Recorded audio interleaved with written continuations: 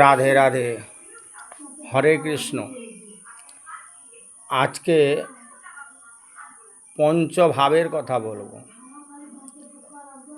শান্ত, দাস্য, সখ্য, বাৎসল্য, মধু।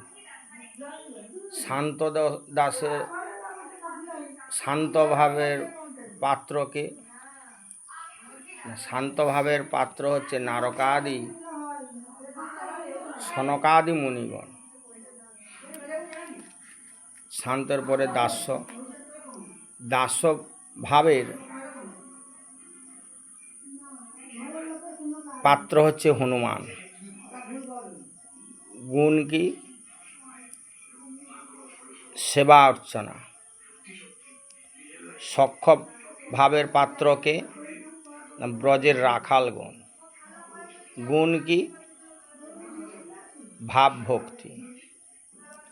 বাৎসল্যের পাত্রকে নন্দ, যশোদা, দৈবকী, বসুদেব। মধুর রসের পাত্র হচ্ছে শ্রীমতী রাধারানী। গুণ কি? সিঙ্গারাদি। চারি ধাম কি কি? বৃন্দাবন, গোলক, মথুরা, দ্বারকা। বৃন্দাবনের পাত্রকে নন্দের নন্দন শ্রীকৃষ্ণ। নমস্কার।